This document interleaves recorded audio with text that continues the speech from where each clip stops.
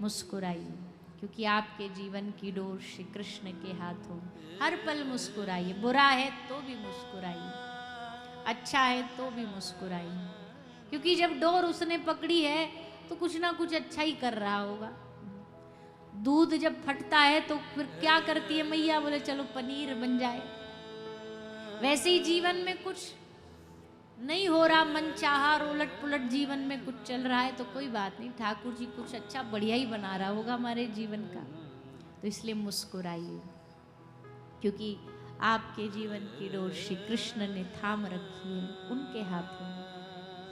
ये मन में ठान लीजिए, ये मन में बना लीजिए। फिर जीवन की प्रतिकूल परिस्थितियां भी सहज लगने लग जाएंगी। कोई बात नहीं, भगवान की इच्छा है, भगवान की कृपा है। नहीं तो भैया ये दुनिया है, ये संसार है, ये यहाँ बड़े सारे थपेड़े पड़ते हैं जीवन में, कभी इससे कभी उससे, कभी शारीरिक कभी मानसिक कभी व्यवहारिक। इतने जीवन में कठिनाइयां आती हैं, परेशानियां आती हैं।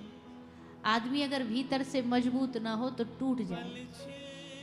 पर उस समय बस यही ध्यान रखते रहना है, हंसते रहिए, भगवान की कृपा समझ करके हंसते रहिए। और जब भगवान देखेंगे कि बता इतना टूटने का मौका आया, ये बड़ा पक्का है तब भी नहीं टूटा, तब भी मुझे धन्यवाद ही देता रहा, तब भी हंसता ही रहा मेरे सामने, वाह क्या कमाल कर दिया।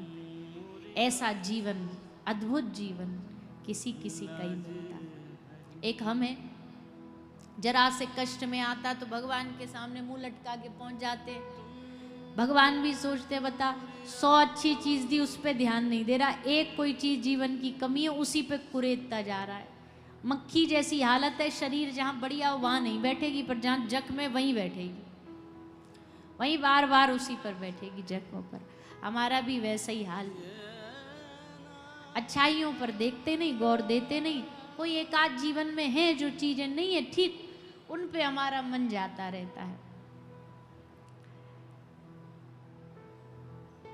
पांडवों ने अपने जीवन की डोर भगवान के चरणों में सौंप दी थी, इसलिए भगवान ने संभाल लिया। युद्ध हुआ, पांडव जीते। अश्वत्थामा ने ब्रह्मास्त्र छोड़ करके परीक्षित राजा जो गर्भ में उत्तरा माता के थे उनको मारने का प्रयत्न किया। पर जब ठाकुर जी बचाने वाला हो तो दुनिया कितना भी मारने का प्रयास करे, कोई मार नहीं सकता। भगवान ने गर्भ में उतर के, गर्भ में जाकर के राजा परीक्षित को बचाया। भागवत का श्रोता भी साधारण नहीं है भैया, भागवत का श्रोता इतना अद्भुत है कि भगवान उसके लिए गर्भ में उतरे, जबकि ठाकुर जी इस मलमूत्र के शरीर में जाते नहीं है। माता देवकी और यशोदा माता के भी गर्भ में बस प्रभु का अंश गया, बाकी भगवान 9 महीना कोई मलमूत्र के भीतर थोड़ी ना जीवों की तरह रहते हैं, वो तो बस प्रकट होते हैं, अवतार लेते हैं। पर परीक्षित राजा के उद्धार के लिए, कल्याण के लिए, उनकी रक्षा के लिए भगवान गर्भ में उतरे और गर्भ में उतर के राजा परीक्षित को जीवित करके उन्हें बचाया, उनकी रक्षा करी। ऐसे इस भागवत के श्रोता हैं। उत्तरा माता की रक्षा करके, बालक की रक्षा करके फिर प्रभु हस्तिनापुर जा रहे थे, पर सब पांडवों ने आके उन्हें रोक लिया, प्रार्थना करी, कुछ कुछ सुंदर सुंदर मांग भगवान के सामने रखी। भगवान ने सबकी मांग को पूरा किया, किसी ने कुछ मांगा, किसी ने कुछ मांगा। और भागवत का एक सुंदर प्रसंग है कुंती माता का, जिन्होंने भगवान से सबसे अलग हट करके चीज मांगी। माता कुंती ने क्या मांगा भगवान से? दुख, विपत्तियां मांगी। संसार में कोई ही ऐसी घटना हुई होगी जिसमें किसी ने दुख मांगा हो। सब भगवान से सुख की कामना तो करते हैं, पर दुख की कामना तो कोई बिरला ही कुंती माता जैसा हुआ होगा जिसने भगवान से दुख की कामना करी। काहे को दुख की कामना करी? क्योंकि माता कुंती जानती हैं इस दुख में भी भगवान की याद छुपी हुई है।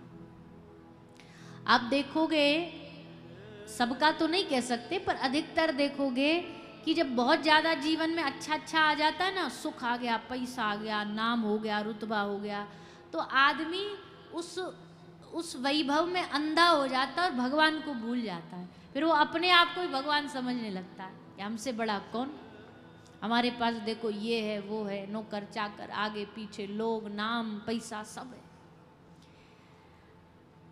धन की एक दुर्गुण ये है कि धन अभिमान साथ लेकर के आता है, और अभिमान जहां होता वहां परमात्मा नहीं रहता। इसीलिए ये दोनों का मिलन बहुत कम देखने को मिलता है। और जिसको देखने को मिल जाए कि भैया वैभव भी है, नाम भी है, सम्मान भी है, और फिर भगवान का नाम भी जीवन में, तो उससे बड़ा तो कोई दुनिया में हो नहीं सकता। तो माता कुंती ने भगवान से कहा, प्रभु हमें जीवन में खूब विपत्तियां दो, ताकि दुख आते रहें और दुख में हम आपको याद करते रहें, आपका स्मरण करते रहें। सब इस मांग को सुन करके अचंभित रह गए कि भला कोई भगवान से दुख भी मांगता है। पर भगवान बड़े प्रसन्न हुए कि वाह भुआ, आपने ऐसी अद्भुत चीज मांगी जो कभी कोई सोच भी नहीं सकता है। ये आपके एक सच्चे भक्त होने का लक्षण है। आशीर्वाद दे करके, कृपा करके श्री ठाकुर जी पितामह भीष्म को दर्शन देने जाते हैं। दादा भीष्म को दर्शन देते, दादा भीष्म ने भी भगवान की सुंदर स्तुति करी है, भागवत जी में उसका भी वर्णन आता है। भगवान ने पितामह भीष्म पर कृपा करी और फिर भगवान हस्तिनापुर छोड़ करके अपनी द्वारिका लौट करके आते हैं। द्वारिका जब वापस लौटे तो अर्जुन उनको द्वारिका पहुंचाने तक आए थे, पर आए तो पहुंचाने तक थे, पर कई महीने तक लौट करके नहीं गए। तो महाराज युधिष्ठिर को बड़ी चिंता हुई कि गया तो अर्जुन बस विदा करने था, महीना हो गए लौट के नहीं आए, और वैसे भी वातावरण और जो आसपास का सब लक्षण है वो कुछ अच्छे नहीं समझ आ रहे। लग रहा है कि कुछ बदल गया है। क्या बदल गया है? युग परिवर्तन हो गया, कलयुग शुरू हो गया था। अर्जुन जब लौट करके आए वापस तो चेहरे पर बड़ी उदासी, बड़े चिंताग्रस्त। महाराज युधिष्ठिर ने पूछा, अर्जुन तू इतने दिन बाद क्यों आया, और आया भी तो चेहरे पर इतनी उदासी लेकर के क्यों?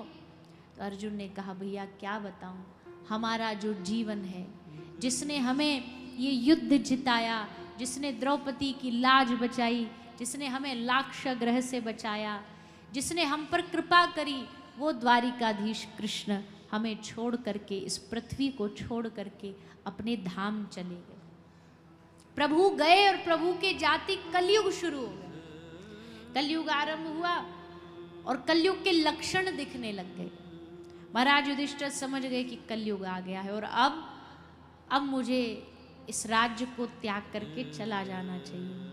और सारे पांडव, पांचों पांडव, माता कुंती वहीं प्राण त्याग देती हैं, द्रौपदी, सब वन की ओर चल पड़े और सब भगवान को याद करते करते भगवत धाम गए। पीछे से राजा परीक्षित को हस्तिनापुर की राज्य गद्दी संभालने को बागडोर सौंपी गई। राजा परीक्षित हस्तिनापुर के राजा बने।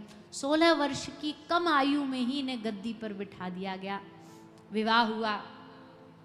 राजा होने के नाते अपने पूरे कर्तव्य को महाराज परीक्षित ने निभाया। एक बार अपने राज्य में इन्होंने अश्वमेध यज्ञ किया। अश्वमेध यज्ञ का जो अश्व घोड़ा था उसको लेके दिग्विजय करने निकले थे, तो इन्होंने सामने एक दृश्य देखा, एक गाय रो रही है और गाय के सामने एक बैल खड़ा है। बैल के 3 पैर नहीं है, एक ही पैर पे खड़ा है। दोनों आपस में बातें कर रहे हैं। गाय कौन है? पृथ्वी माता। और बैल कौन है? धर्मराज। तो धर्मराज ने गौ माता से पूछा, माता तुम इतनी दुखी क्यों हो, क्यों इतना परेशान हो?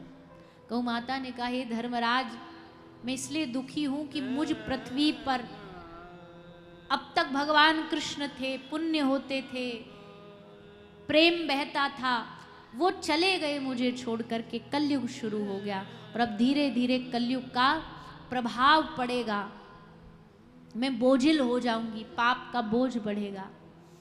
और वही हुआ। कलयुग ने आते ही गौ माता रूप में गाय को कष्ट देना, मारना शुरू किया। कलयुग एक रूप बदल करके एक गाय को मारता हुआ लेकर के जा रहा था। राजा परीक्षित से देखा नहीं गया। पहला तो गौ माता ठाकुर जी की प्रिय,